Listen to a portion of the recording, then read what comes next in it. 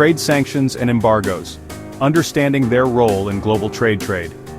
Sanctions and embargoes are powerful tools used by governments and international organizations to influence the behavior of nations, groups, or individuals. They play a major role in shaping global trade, diplomacy, and international relations. Understanding what they are, why they are used, and their impact on the world economy is essential for students, businesses, and policymakers alike.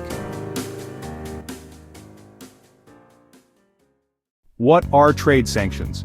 Trade sanctions are restrictions placed by one country or a group of countries on another country to achieve a specific political, economic, or security goal. These sanctions can include tariffs, higher taxes on goods from a specific country; quotas, limiting how much of a product can be imported or exported; asset freezes, blocking financial transactions; export bans, preventing the sale of certain goods such as weapons or technology. Sanctions are typically targeted to pressure a country into changing a particular policy, such as ending human rights violations, stopping military aggression, or complying with international agreements.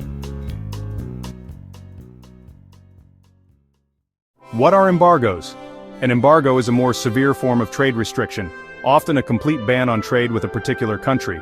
Unlike sanctions, which may target specific sectors, like oil or technology, embargoes usually halt all imports and exports between two nations. Examples of embargoes: the long-standing U.S. embargo on Cuba, which restricted most trade for decades; United Nations embargoes on countries involved in civil wars or terrorism. Embargoes are considered an extreme measure and are generally imposed when diplomatic efforts have failed.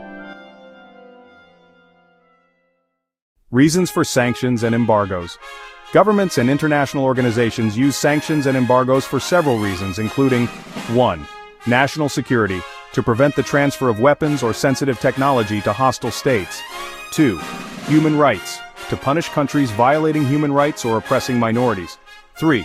Political pressure, to force governments to end wars, release political prisoners, or adopt fair policies. 4.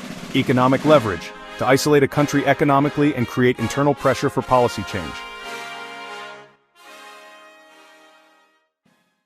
Impacts on global trade. Sanctions and embargoes can have both positive and negative effects.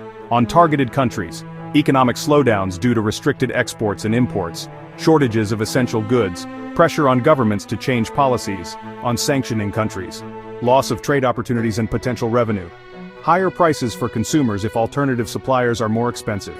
On global markets, disruption of supply chains, for example, energy crises caused by sanctions on oil-producing countries, shifts in trade alliances and routes. Criticism of sanctions and embargoes. While sanctions and embargoes can be effective, critics argue that they often harm ordinary citizens more than political leaders, cause humanitarian crises by restricting food, medicine, or energy supplies, push targeted countries to form alliances with other restricted nations, weakening the sanctions' impact. Conclusion: trade sanctions and embargoes are essential tools of international diplomacy. They can promote peace, protect human rights, and discourage aggression, but they must be used carefully to avoid unintended harm to innocent populations. A balanced approach, combining sanctions with diplomacy and humanitarian support, is often the most effective way to achieve lasting solutions.